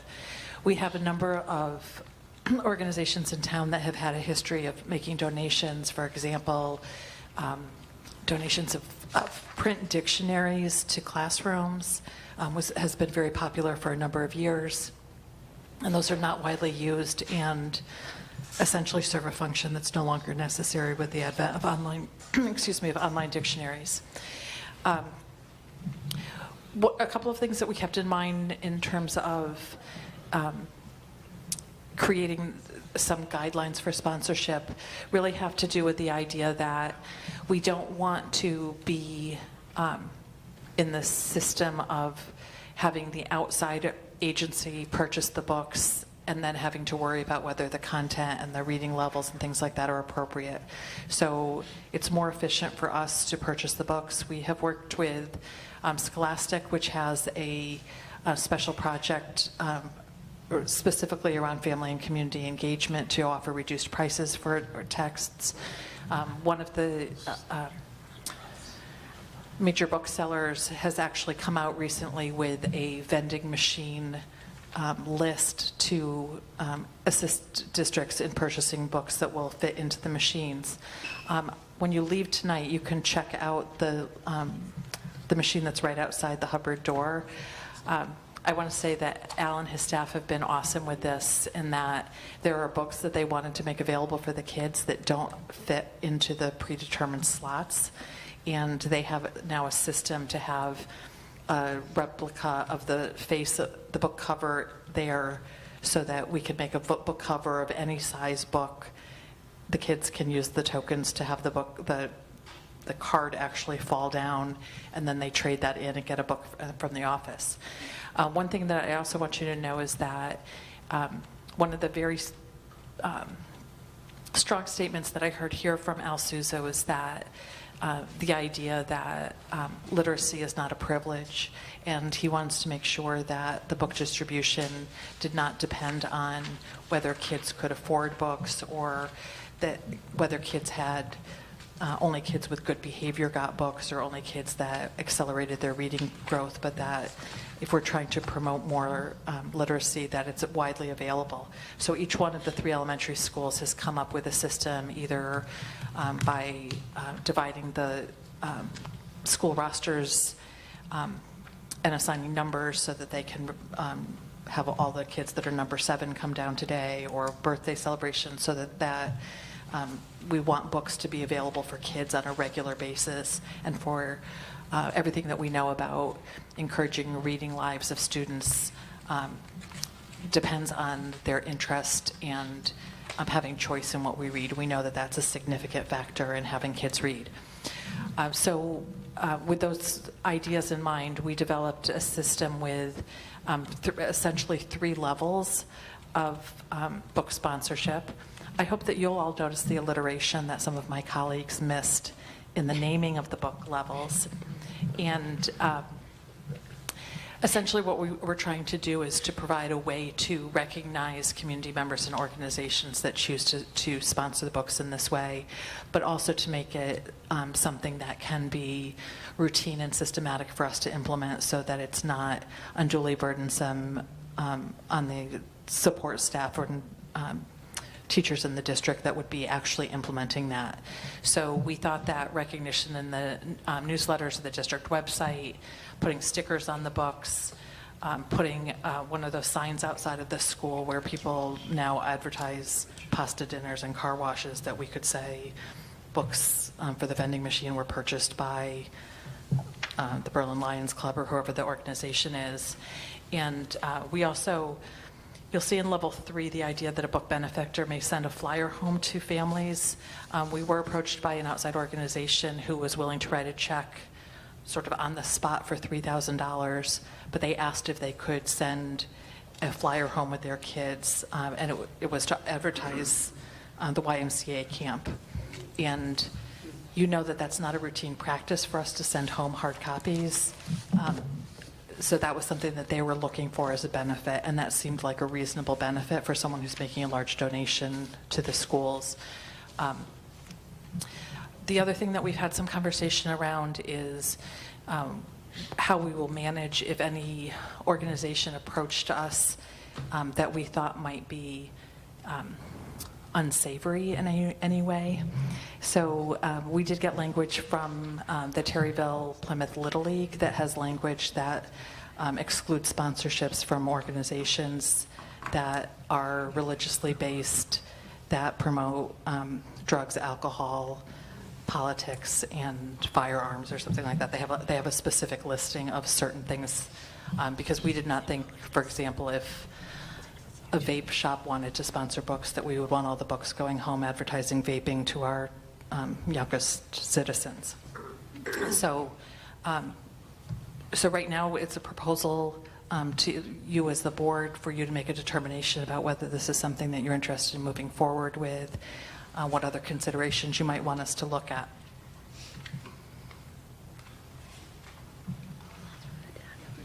Can I just ask a question? Because I'm not familiar with the vending machines. So the vending machine now, it's not like you're putting a specific amount of money in, it's just the vending machine that, and if you say you had a token that you're given, you'd be able to select the book, is that? Yes. So there are tokens that have Inchy the bookworm on them, and Inchy the bookworm says, "I love books." Yeah. All of the books in the machine cost 1 token, and the students will be able to get the tokens either because it's their birthday month or because it's all of the, like a 10th of the school's opportunity. So the idea is that there will be regular routine opportunities for students to get books through the book vending machine. Okay, and is there room on the actual vending machine as well? Is that what you're talking about? Is there room on the vending machine to say that this one's books are donated by, or are you talking? There is, depending on where the book machine is located, because some of them are up against a wall. Yeah. So the one out here, for example, has one side against the lobby doorway. There is room on the side that's more towards the office door if we wanted to put something there. But part of our concern was that if we just put it on the machine, that you would have to physically be present in the school to see that recognition. So we were trying to think of ways that the recognition would be sort of pushed out more into the community. Thank you. That's helpful. I mean, I would just ask, from a language standpoint, to make sure that we're covered as far as being able to deny somebody the right to donate money, depending on what kind of business it is. Number two, making sure that we're not in any kind of legal issue with, I can't imagine, because it's like no different than having the boosters or anything else. There's the man right there. Well, I understand that. The clock has not started yet. Old. You said legal. I understand that you're going to speak more about this later in the evening. But yes, that was an immediate question, that if you had, like the example that I gave of the vape shop, that there might be a concern about that. And then the last point is that if this is successful, what else could we be doing? What else could we have sponsorships for? Uh-huh. Car washes. And pasta dinners. Well, that's the conversation. That's the conversation. Yeah. So I will say, we already have some ways, for example, when we have a drama event at the high school, people buy advertisements in the program. So there are a number of ways that we already allow parents or community organizations or businesses to get some sort of recognition for making a donation. Part of the idea of putting this together was that we wanted to be able to get it out to people so that they know that this is an opportunity. Okay. If I may, I mean, the only thing I just wanted to bring up, and I don't know if there's the answer, but in terms of the unsavory, I mean, obviously, I don't think we want a vape shop. That's a kind of extreme example. And in terms of community partners, I mean, certainly YMCA would be a wonderful one. But I think we need to figure out a way of, what about McDonald's? If McDonald's wants, are we having signs about McDonald's outside of the schools? Are we sending them flyers of McDonald's? I think those things we kind of have to work out and think through.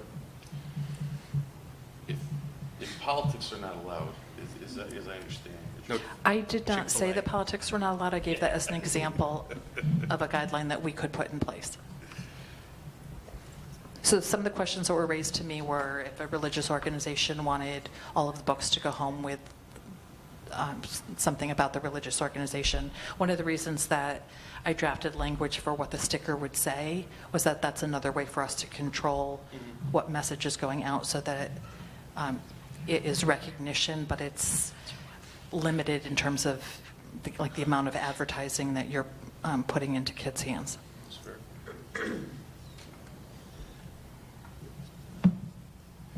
I have a question, not about sponsorship, but about the book vending machines, which I will say my daughter was, I think, one of the first children here at Hubbard School. She was very excited to come home. She came home elated that she was chosen. It's very exciting. It was very exciting. Yes. Of When the course. principals It's like put the winning a token in and they got the first book to Yeah. fall down, they were very excited about it. Exactly. But my question is, and this is, again, not related to sponsorship, but is there anything in place right now to sort of guide children to choose books that are appropriate, at their appropriate reading level, and not just, I'm pretty sure she chose her book because she liked the way the cover looks, which was not a bad choice, but at the same time, it ended up being fine. But at the same time, I'm wondering if there's anything to kind of guide kids.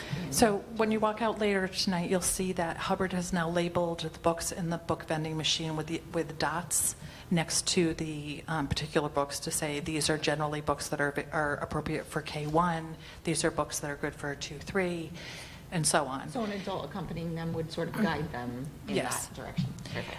Also, hanging on the side of the machine, there's a description. The librarian has printed out the cover of the book with a little synopsis of what the book is, because usually one of the good things about buying books is that you pick them up and you look at it. Exactly. So that is one thing that's happened. At one of the other schools, the librarian has made a display outside of the Library Media Center to highlight some of the authors and books that are in the machine for those very reasons. Thank you. So one of the things that's a little bit challenging with that, Carrie, is that there are some students, because of their reading levels, who might be in an upper grade, but a lower book, Right. a lower level reading book might be actually more appropriate. So it is important that there's some guidance in how that works. Yes, exactly.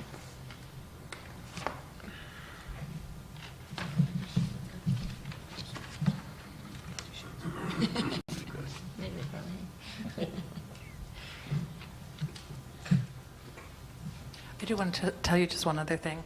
I was at, we have our our interdistrict professional development with Avon, Plainville, and Vernon Public Schools. And when we went for the meeting in January, Paula Eshu, who's a principal in Plainville, came running up to me.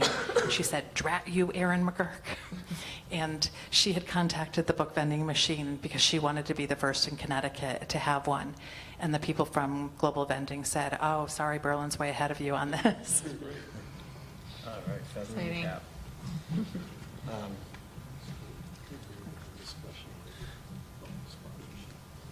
Okay, but we need to take a, say it again? No, go ahead.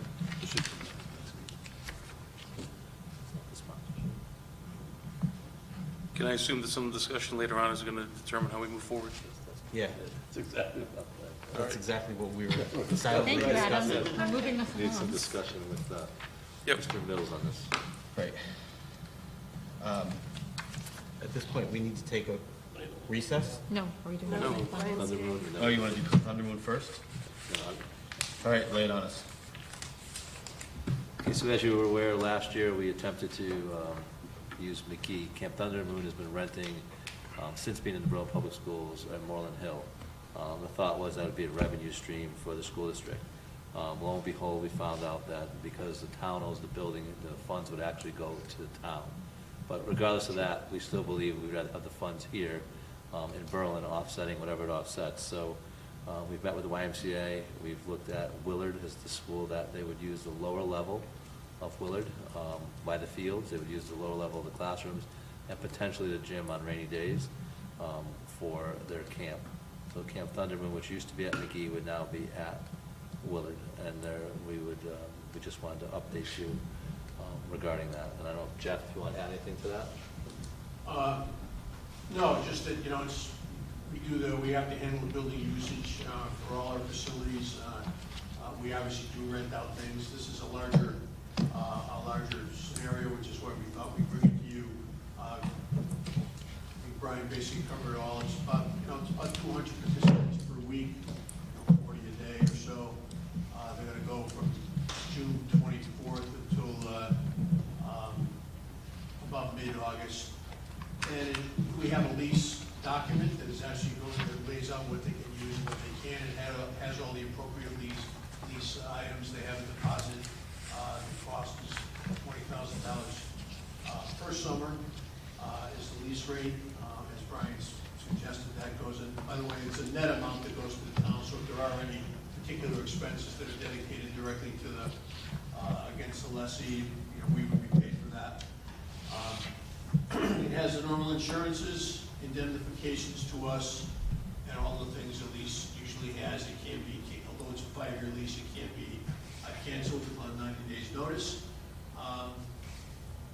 And I thought it was very good that in the lease they talk about supervision of their people. Of course, the wife's very, very good at this and taking all that information away from us. The only thing we're providing is custodial and trash pickup. And again, if there's any additional cost to us on that, we get it netted out. So it's really just to tell you that we're doing our best to use the facilities appropriately for operations like the Y, which we do have a relationship with for many years with before and after school, and also our academy. So if there's not any other questions on it, we're just letting you know that we're going to have a lease. I have a question. You said it's a 5-year deal? Yes. Is there inflation included on an annual basis for their fee? There isn't at the moment. Should there be? Lease isn't signed yet. I think there should be some, I think there should be some kind of inflation on an annual basis. We can consider it. I haven't spoken to him about it yet, but like I said, the lease is agreed upon. It isn't executed yet, and I'm certainly willing to bring up some other things if anybody would like to mention.